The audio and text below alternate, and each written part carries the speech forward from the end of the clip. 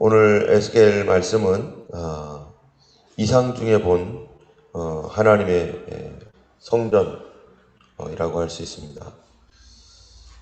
하나님께서 에스겔에게 성전의 모양을, 성전의 아주 자세한 것들을 이제 40장 이후에 계속해서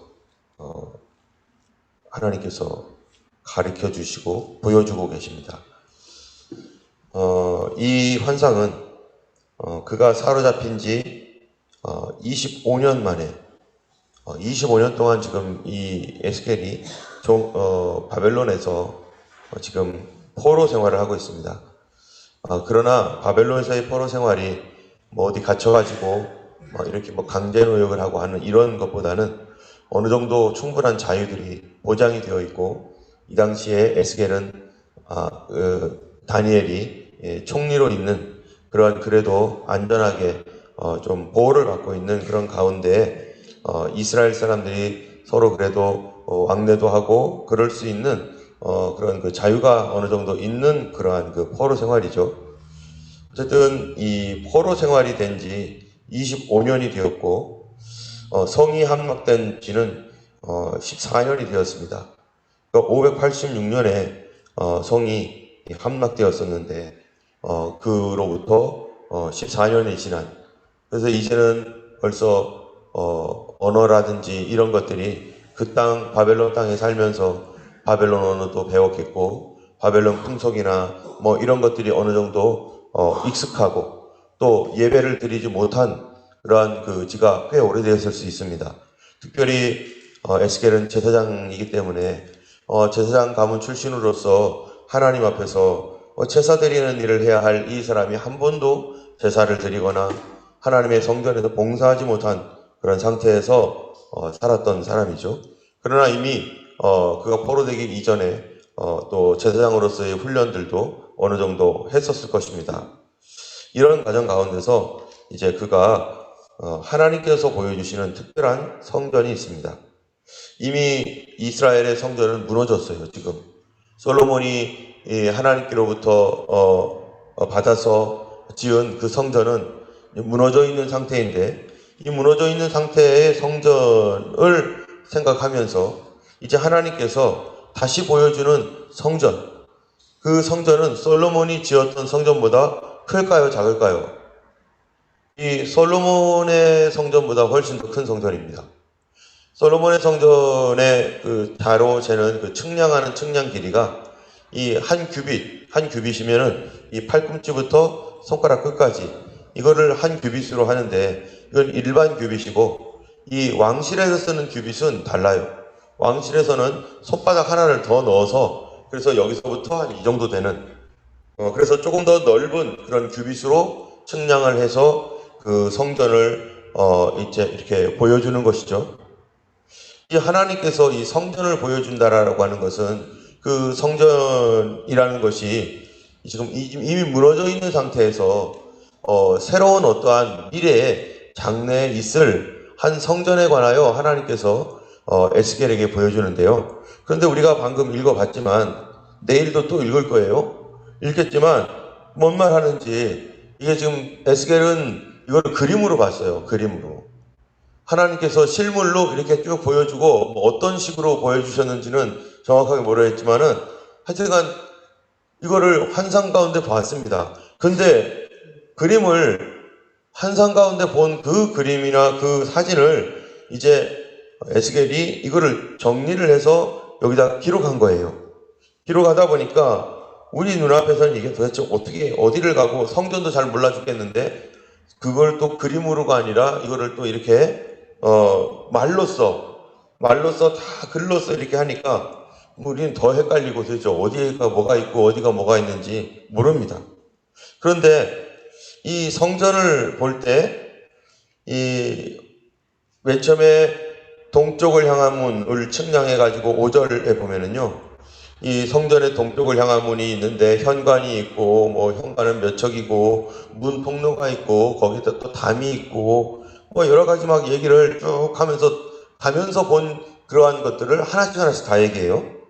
그 다음에 17절부터 보면은 바깥틀이 있는데 바깥틀은 박석이 깔려 있고 좌우가 어떻고 그 다음에 또 북쪽을 향한 문, 남쪽을 향한 문, 안뜰 남쪽 문, 안뜰 동쪽, 안뜰 북쪽, 이거 어디를 얘기하는 건지 성전을 보지 못한 사람들은 뭔 소리 하는지도 모르겠고 미로를 지금 찾아 헤매고 있는 그러한 상태이죠.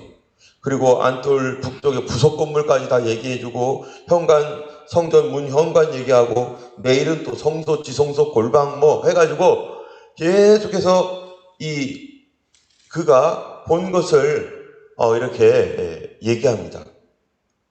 그런데 굉장히 자세하고 그 정확한 치수까지 몇 미터 뭐 이렇게 이런 치수까지 다 이게 다 재가지고 다 가르쳐줘요. 도대체 이 성전을 우리 하나님께서 이렇게 자세하게 지금까지 이런 성전은 지어진 적이 없어요. 진 적도 없습니다.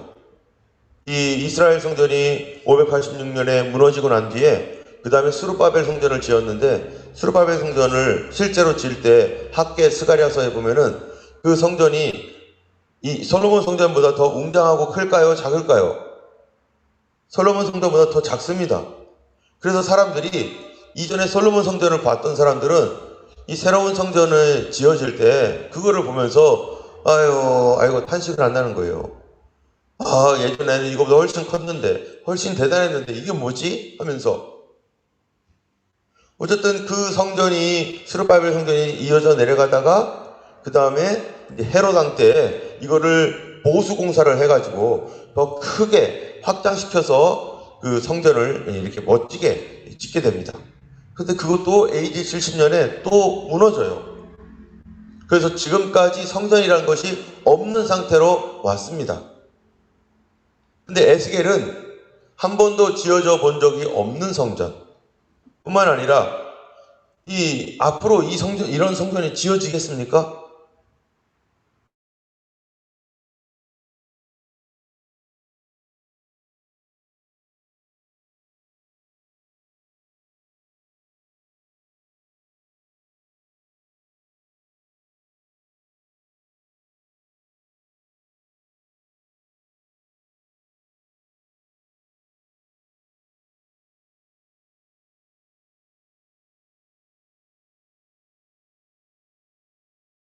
네, 어토운먼트가 되는 거예요. 어토운먼트.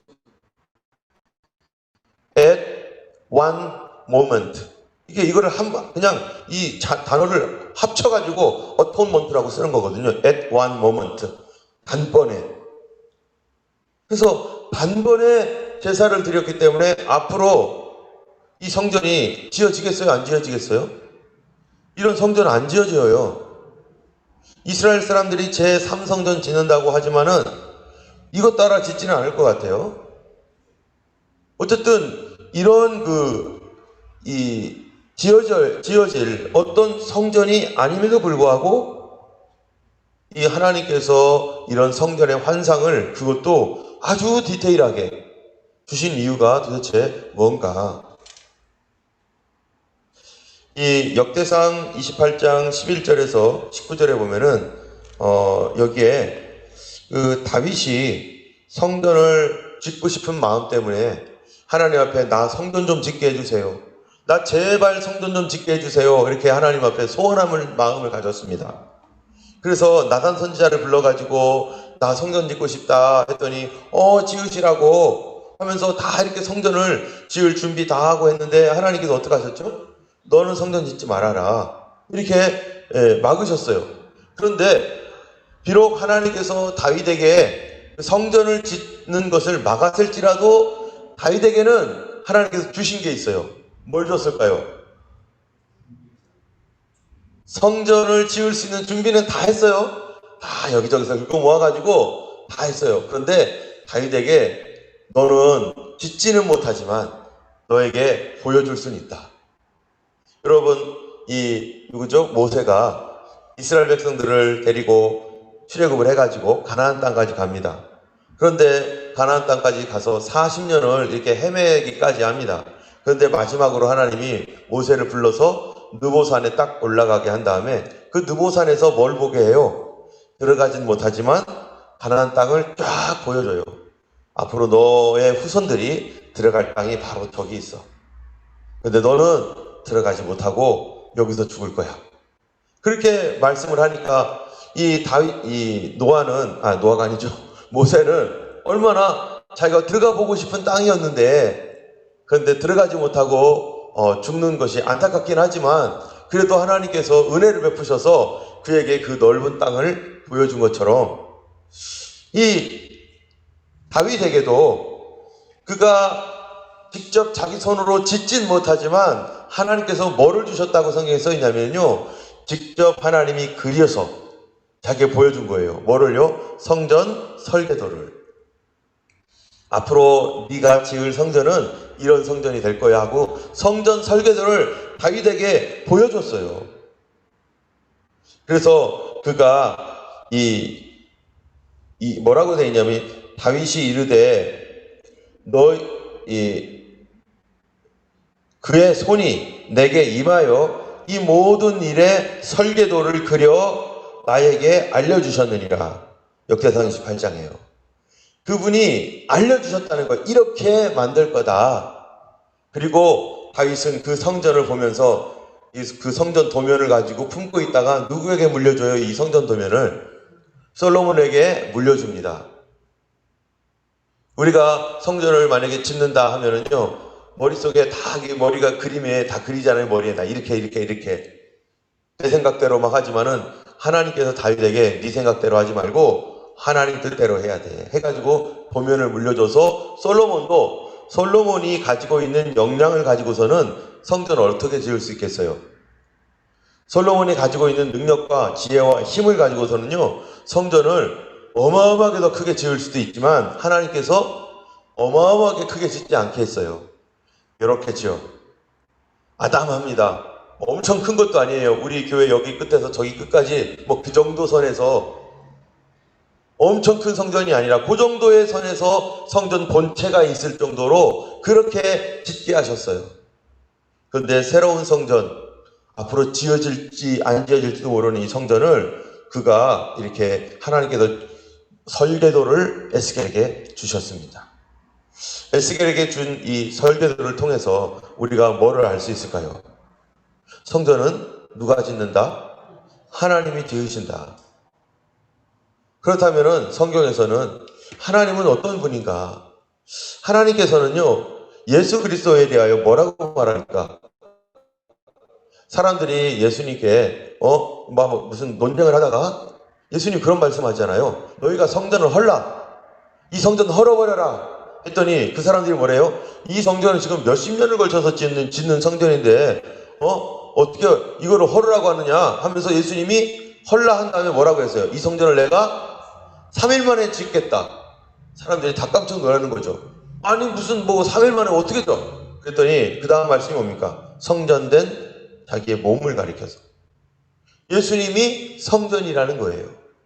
그렇다면 예수님이 성전이라면 오늘 에스겔서 40장에 지어지지도 않은 이 성전, 그리고 다윗이 받은 설계도, 이런 거에 의하면은 예수님이 성전이라면 그건 무슨 소리예요? 예수님의 모든 태어남에서부터 그분의 재림의 시기까지 다 하나님께서 뭐 하신 거예요? 측량하시고, 하나님께서 줄자로 재듯 측량하시고, 하나님께서 일일이 하나하나 모든 장소를 디테일하게 하나님께서 계획해 놓으신 거죠. 예수님께서 이 마태복음, 마가복음, 누가복음에 예수님의 그 모든 행적, 우리는 그 모든 행적이 어떤 것인지, 왜 예수님이 여기 갔을까? 왜 예수님이 이 일을 했을까? 왜 이 여자를 만났고, 왜 이 38년 된 병자 왜 만나고, 왜 예수님이 저희 가서 저런 얘기하고 이런 얘기를 할까? 성경에 보면 예수님이 왜 그렇게 하신 겁니까? 예수님의 하루 일정이 나오는데 마가복음에 보면은 2장인가요? 거기 보면은 예수님의 하루 일정이 나와요. 새벽 미명에 아직도 어두운데 한적한 곳에 가셔서 예수님이 거기서 기도를 하시고, 해가 떠서 아침이 될 때까지 기도하실 때 사람들이 예수님을 찾다가 어디 갔는지 몰라가지고 그러다가 예수님을 만나서 사람들이 예수님에게 이렇게 하자고 말할 때 예수님이 뭐라고 합니까? 아니야. 오늘 그런 일 하는 날 아니고 오늘 저기 가야 돼. 하면서 다른 마을로 가시고, 예수님께서 하시는 그 일들이 어떤 일이었어요? 아침부터 기도하고, 기도 왜 합니까? 기도는요, 내 맘대로 하려고 기도하는 게 아니라 하나님 뜻 물어보려고 기도하는 거 아니겠어요? 하나님 무엇을 원하십니까? 오늘 일정에 대해서 소개시켜 주세요. 예수님이 일일이 뭐를 해요? 다 봤습니다. 성전의 디테일을 하나님께서 에스겔에게, 우리는 뭔지를 모르는데 아주 그냥 구석구석 쓸데없는 얘기 같아요. 우리하고 이게 성전하고 무슨 관계가 있다고? 그런데 지어지지도 않을 성전인데 이거를 구석구석 얘기해 주는 것, 바로 예수 그리스도가 성전이시고 그분의 모든 행적과 이 삶들을 구석구석까지 하나님께서 인도하셔서 만나도록 하신 사람들. 그래서 예수님께서 요한복음에 보면은 아버지께서, 나는 내 자의로 말하는 것이 아니라 아버지께서 받아서 말한다.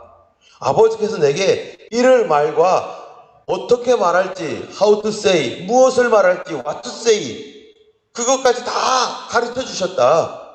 그래서 내가 한 말은 내 말이 아니라 누구의 말이라는 거예요? 아버지의 말이다. 왜 이렇게 예수님이 담대하게 말할 수 있습니까? 예수님은 아침마다 새벽에 나가서 그렇게 기도하고 하나님과 교제하고 그날 있을 일들을 성령의 인도함 따라서 예수님이 그렇게 움직여 가시고, 그리고 만나는 사람들 다 예비되고 준비되어 있는 그 영혼들을 예수님이 일일이 다 만나가면서 하나씩 하나님의 계획과 뜻을 이루어가고, 그것이 기록된 것이 뭡니까? 마태, 마가, 누가, 요한복음에 있는 예수님의 행적인데, 그 안에, 예수님의 그 모든 행적 안에는 뭐가 있는 거예요? 하나님의 계획과 뜻이 있는 것이고, 다 거기에는 이유가 있는 것이죠. 예수님께서 어떤 한마디 또는 어떤 장소, 누구 만난 것, 이것이 그래서 다 우리는 뭐라고 말합니까? 예수님의 스토리가 아니라 하나님의 말씀이라고 하는 거죠. 하나님의 말씀으로 지었기 때문에 성전도 이것저것 측량하는 것까지 하나님이 다 말씀하셔서 여기 이렇다 저렇다 이렇다 저렇다. 그런데요, 여기 보면은 이 40장 2절에 보니까 1절 2절에 보면 이런 말이 있어요. 우리가 사로잡힌 지 25째 해 성이 함락된 후 14째 해 이렇게 하면서 그날에 여호와의 권능이 내게 임하여, 그 다음 말이 뭐예요? 나를 데리고, 그리고 이스라엘 땅으로 가셔서 하나님이 이상 중에 누구를 데리고? 나를 데리고 이스라엘 산의 높은 산에 이르게 하고, 3절에 나를 데리고 거기에 이르시니, 어떤 한 사람이 있는데 그 사람이 장대를 가지고 있는데 그 사람이 뭐라고 합니까? 그 사람이 내게 이르되, 인자야 내가 내게 보이는 그것을 눈으로 보고 귀로 들으며 내 마음으로 생각할지어다. 내가 이것을 내게 보이려고 이리로 뭐예요? 데리고 왔나니 너는 본 것을 다 이스라엘 족속에게 전할지어다 하면서, 이제 이 사람이 측량자를 들고 뭐 하는 거예요? 데리고 다녀요. 어디를요? 성전을 구석구석 데리고 다녀요. 그러니까 이 에스겔이 자기 마음대로 돌아다니는 겁니까? 아니면 데리고 다니는 겁니까? 자기가 마음대로 돌아다니는 게 아니라 하나님의 인도함을 받아서, 하나님이 보낸 그 사람의 인도를 받아서 데리고 가는 거예요. 여러분, 이 땅에서 예수님의 사역이 그랬던 것처럼 성경에는요, 누구도 성전이래요? 너희가 하나님의 성전인 것과 하나님의 성령이 너희 안에 거하시는 것을 너희가 알지 못하느냐. 우리도 하나님의 성령을 모신 하나님의 성전이라는 거예요. 그렇다면은 예수님께서도 자의로 말하지 않고 주님께서도 그렇게 하나님의 뜻을 따라서 이 땅에서 그 모든 사역을 할 때 그 사역의 목표와 방향이 뭡니까? 바로 하나님의 영광과 사람의 구원. 그 한 사람 한 사람 만난 것을 통해서 하나님의 영광이 나타나고 그 사람이 구원받는 일. 이 사람도 살고 저 사람도 살고. 그래서 예수님이 가는 곳마다 살리는 일을 했어요. 천국을 풀어줬어요. 이와 마찬가지로 우리가 하나님의 성전으로 주님께서 부르셨으면 하나님 뭐를 갖고 있는 거예요? 그렇죠. 하나님 계획이 있죠. 나를 향한 하나님의 계획이 어떻게 있습니까? 구석구석 다 있는 거예요.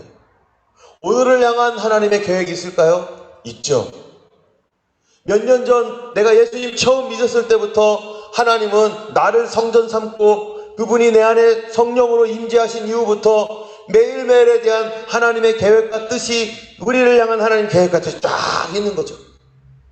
그런데 에스겔은 어떻게 했느냐? 에스겔은 나를 이끌었던, 자기를 이끌었던 그를 따라서 가면서 여기 이런 거 있네, 저기 저런 거 있네, 이렇게 갔고, 또 예수님께서도 어떻게 사역하셨어요? 성령의 인도함 따라서 예수님도 다 그렇게 가셨어요.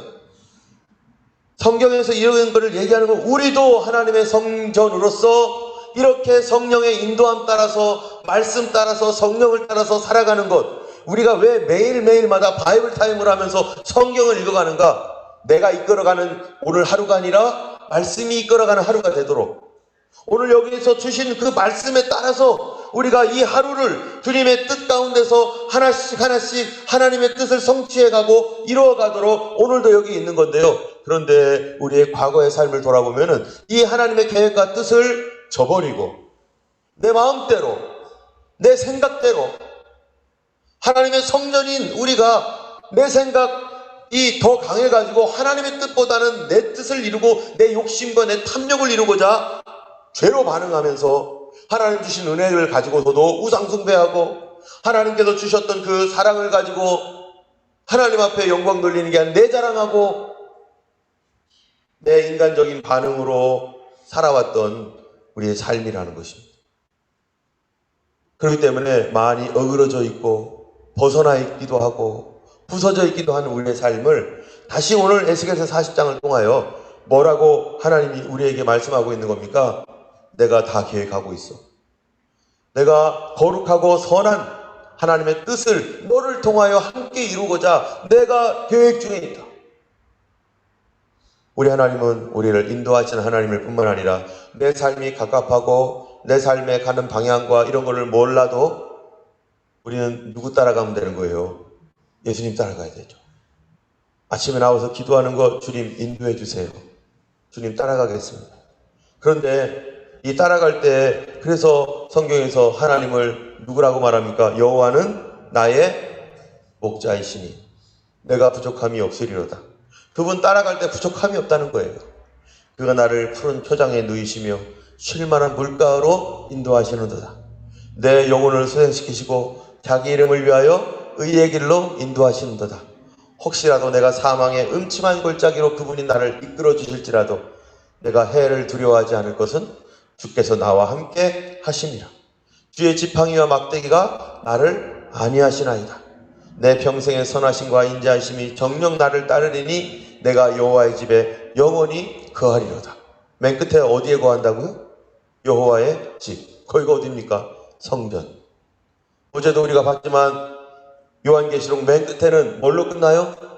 새 예루살렘, 하나님의 성전. 우리는 우리를 향한 하나님의 오늘의 계획이 있습니다. 그분의 계획은 내가 너희를 향한 나의 계획을 내가 안 하니 너희 뭐예요? 죽음이 아니라 소망이고 희망을 주려 하는 생각이고 너희 장래에 소망을 주려 하는 생각이다. 평안함을 주고자 하신다. 근데 우리는 내 생각대로 하다가 평안함을 다 잃어버리고 희망도 다 잃어버린 그런 삶을 살아왔던 적이 얼마나 많습니까? 우리가 아무리 우리 앞에 있는 절벽과 같을지라도 하나님은 우리에게 평안함을 주려 하십니다. 하나님은 우리에게 소망을 주시는 하나님이십니다. 우리를 향한 하나님의 계획은 끝나지 않았습니다. 계속해서 오늘도 하나님은 우리를 인도하셔서 그분의 성전이 되어가게 하시고 그분의 성전으로 살아갈 때 많은 세상 사람들이 언덕 위에 있는 도시와 같이 저 도시가 정말 부러운 도시구나. 우리는 그런 하나님의 인도함을 받는 오늘 하루 되기를 주님의 이름으로 축원합니다. 또한 이제 미국의 대선이 이제 다 결과가 나오지 않고 있습니다. 희한하게요. 무슨 문제가 있는 것 같아요. 미국에 정말 지금 이 대선이라는 건 굉장히 중요한 하나의 시점입니다. 이 조 바이든이라는 사람은요, 프리메이슨과 또 일루미나티의 이 뒷배경에서 오랫동안 활동해왔던 그 세계주의자, 이 세상을 자기의 권력으로 이 돈으로 이 세상을 이렇게 움직여왔던 그 딥스테이트의 아주 중요한 멤버예요. 그 사람들이 거기 쫙 깔려 있습니다. 언론도 다 장악하고, 이 미국뿐만 아니라 유럽에서까지 그렇게 다 장악하고, 그리고 자기들의 어떠한 이 세계화를 이루기 위한 이런 일들을 지속적으로 해왔던 사람이 바로 조 바이든이에요. 거기에 대항했던 사람이 트럼프입니다. 트럼프가 100% 잘했다는 건 아니지만 하나님의 눈으로 볼 때 누가 하나님의 사람이, 누가 더 하나님 앞에서 하나님 중심으로 가려고 하는 사람인지는 우리가 다 알고 있습니다. 지금 미국 대선의 어떠한 그 부분들이 희한하게 됐어요. 끝판에 다 뒤집어지고 있는 이상한 현상이 일어나고 있는데 이거 부정이 아닐 수가 없죠. 어쨌든 이런 모든 일들을 통해서 우리 하나님께서 참으로 역사하여 주시고 또 이 미국의 어떤 이런 현상들이 전 세계에 미칠 영향력이 굉장히 큽니다. 우리 하나님께서 이 땅에 대하여서도 뭐를 갖고 있습니까? 여전히 그분은 계획을 갖고 있습니다. 그리고 하나님의 그 계획 가운데 하나님의 뜻을 이루어 주시고 어떤 때는 골짜기로도 갈 수도 있고 어쩔 때는 푸른 토장으로 갈 수 있지만 그러나 우리가 그때 우리가 하나님 예수님의 인도함을 따라서 늘 주님과 동행하는 우리가 되기를 주님의 이름으로 축원하고 이 땅과 이 나라를 위해서 우리가 함께 소망 가운데 기도했으면 좋겠습니다. 이 시간 우리 함께 찬양하겠습니다. 309장입니다. 목마른 내용은 제가 이